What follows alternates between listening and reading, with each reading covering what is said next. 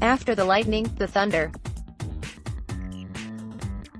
Minutes after blitzing Liverpool to claim a historic third successive Champions League title, the cracks in Real Madrid's impeccable facade were already beginning to appear. Before the victorious team had even left the pitch, their match winner had already declared his intention to leave, and their star player had intimated similarly. Their coach was fielding pointed questions in his press conference. It was as if Real's impenetrable front of unity and desire had held together just long enough for them to achieve the unthinkable. But it wouldn't hold a second longer. In a way, there was something rather poignant about seeing immaculate order give way to consummate chaos, almost before our eyes. Madrid in the season and Madrid in the off-season are two very different clubs, one run by a common purpose, the other by 1,000 individual agendas. Yet it was still startling just how instantly the transition seemed to occur. Zinedine Zidane was trying his very hardest to savor what was left of the moment. "What we'll be doing is to think about the present," he said. "We will think about the match, the major achievement of tonight, and we have to focus solely on that." But it was like trying to put a party popper back in its tube. Zidane knows better than anyone what comes next. 2 months of whispered briefings and contract diplomacy and highly strung internal politics, the sort of sun-baked nonsense with which anyone vaguely connected with Real will be bleakly and dizzily familiar.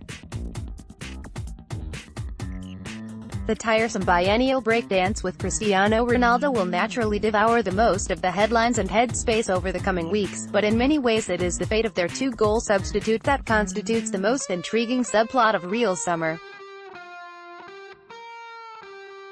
For all its breathtaking audacity and skill, perhaps the wider significance of Gareth Bale's spectacular overhead kick was to underline the sublime and the ridiculous of modern Madrid, the sheer decadence of being able to bring a world record signing off the bench to win you a Champions League final, and then most likely sell him immediately afterwards.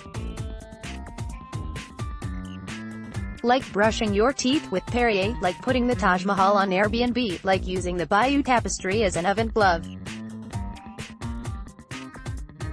How luxuriantly well off do you have to be not to need a player who can do something like that? How can a player this good feel this unwanted? It was a reminder, too, of a fact that has perhaps been casually overlooked over the last couple of seasons, as Bale's Real Madrid career has tapered and noodled towards its sketchily inevitable. Capable of true brilliance, that solo goal in the Copa del Rey final, some gargantuan performances for Wales, virtually the whole of the 2012-13 season with Tottenham, and just ferociously competent most of the rest of the time. Yet for whatever reason, Zidane has never quite trusted Bale in the biggest games. He started just one of Real's 7 Champions League knockout games this season, the 3-1 home defeat to Juventus, during which he was hooked at halftime. Even a late-season run of form was not enough to secure his starting place in the final. "Obviously I was very disappointed," he admitted afterwards. "In my head I felt like I should start. I'd been playing well." Privately, Bale believes Zidane's indifference towards him is personal as much as professional.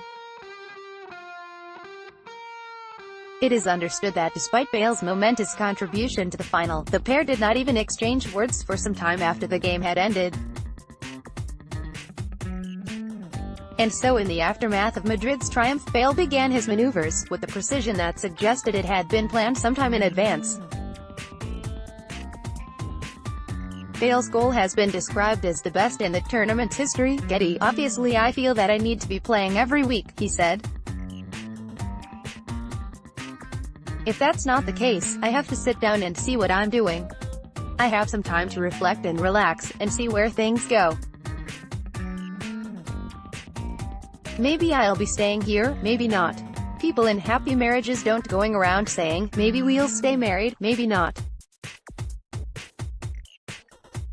And even in Zidane's measured response, there was a glaring point of difference between how he dealt with the rumors of Ronaldo's discontent, "Cristiano must stay with us, he will stay with us, yes or yes," and Bale's, "everyone has their own future to think about."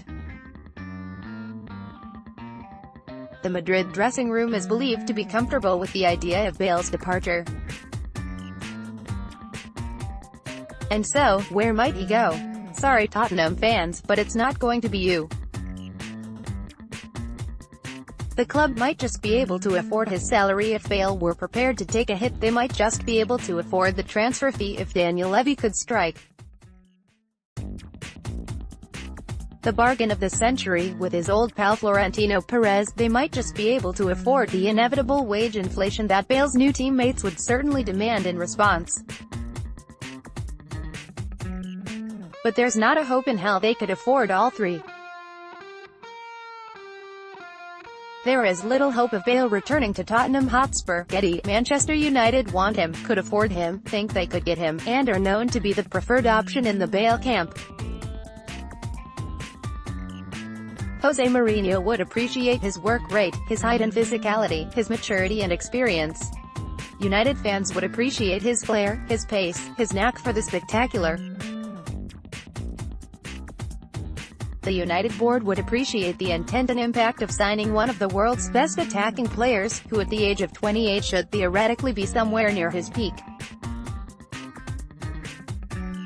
Marcus Rashford would doubtless appreciate some extra spare time at weekends. It all seems to make sense. But it's a long summer, a long road, with plenty of fluff and nonsense to be negotiated along the way. What we can say is that once again, on the biggest stage of all, Bale delivered. A man often faintly maligned as a gilded make-weight, a nearly but not quite sort of player, a Marks and Spencer's Ronaldo, has now scored the winning goal in 2 Champions League finals. If that was to be his swan song at Madrid, then it really was some way to go.